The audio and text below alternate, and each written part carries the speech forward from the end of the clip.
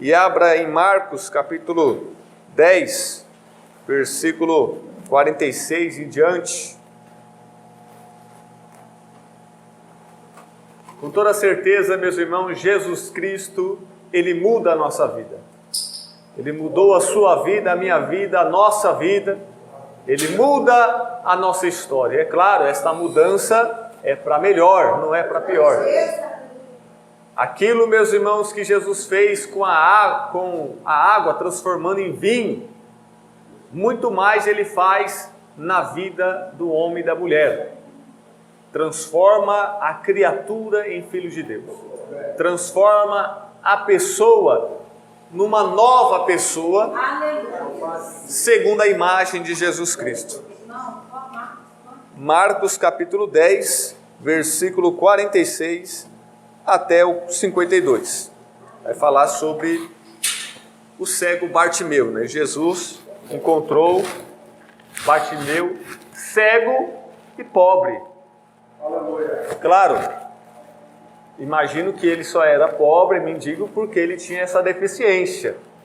Então, não é como nos dias de hoje. Naquela época não tinha um benefício do governo, um salário para sustentar os deficientes.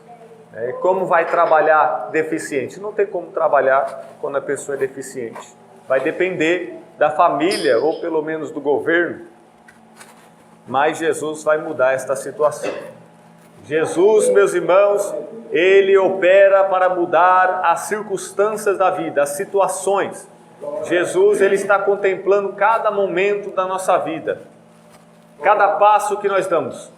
Jesus, Ele está vendo, Jesus, Ele está sabendo o que nós estamos enfrentando, passando, e Ele está vivo, Ele está ativo, Ele está participando, Ele pode interferir, Ele pode interceder, Ele pode colocar a mão no meio e reverter qualquer situação de desvantagem. Ele tira a pessoa de baixo e coloca por cima, tira do lamaçal do pecado e firma os pés dele na rocha inabalável, na rocha eterna, louvado seja Deus.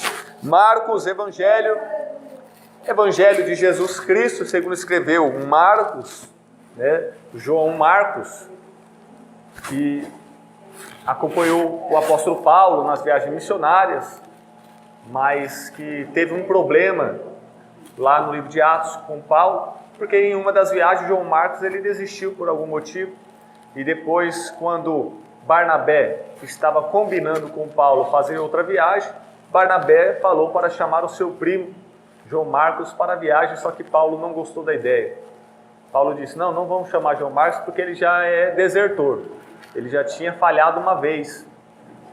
E aí Barnabé vai debater com o apóstolo Paulo, e aí vai acontecer que Paulo vai seguir numa viagem missionária com Silas, e Barnabé vai seguir numa viagem com João Marcos. Mas depois, mais para frente, tudo vai voltar a ficar em paz, porque até mesmo o apóstolo Paulo vai chamar um dos seus cooperadores e vai dizer para ele chamar João Marcos para o ministério, porque ele é útil.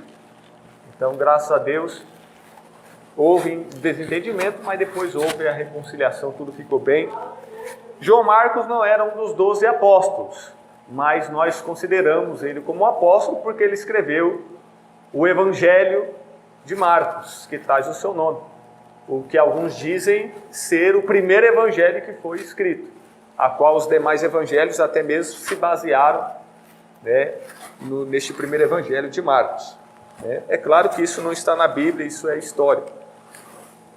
Marcos capítulo 10, versículo 46 em diante. Texto muito conhecido. Diz assim: Jesus e os discípulos chegaram à cidade de Jericó. Quando ele estava saindo da cidade com os seus discípulos e uma grande multidão, encontrou um cego chamado Bartimeu, filho de Timeu. O cego estava sentado na beira do caminho, pedindo esmola. Amém? Só vou ler somente até aí, você pode deixar a sua Bíblia aberta.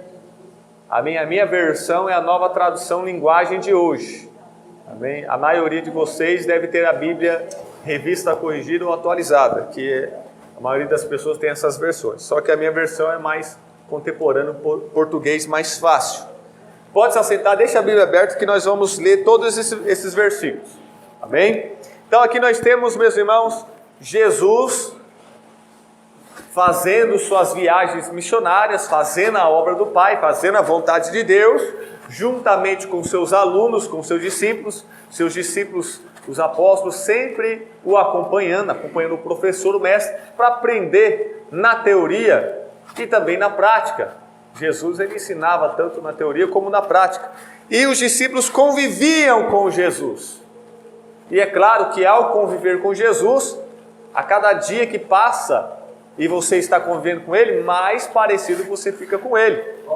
Quanto mais você está junto dEle, quanto mais você está perto dEle, cada dia, no seu dia a dia, no seu cotidiano, mais você vai se parecer com Jesus. Quanto mais você o ouve, quanto mais você o vê, quanto mais você o segue, mais você vai se tornando parecido com Ele. Mas o Espírito Santo, assim como o barro na mão do oleiro, ele dá a forma do vaso, assim o Espírito Santo também com suas mãos está olhando para Jesus e nos fazendo. O Espírito Santo está olhando para Jesus e moldando cada um de nós, porque o trabalho do Espírito Santo é nos conformar à imagem e semelhança do Mestre. O Rabi da Galileia, Jesus Cristo, Ele é a nossa referência, Ele é o nosso líder, o nosso supremo pastor, Ele é o nosso sacerdote, nosso redentor, Ele é tudo para nós. Jesus, com seus discípulos, chegaram à cidade de Jericó. Quando ele estava saindo da cidade, já estava de partida, antes tarde do que nunca.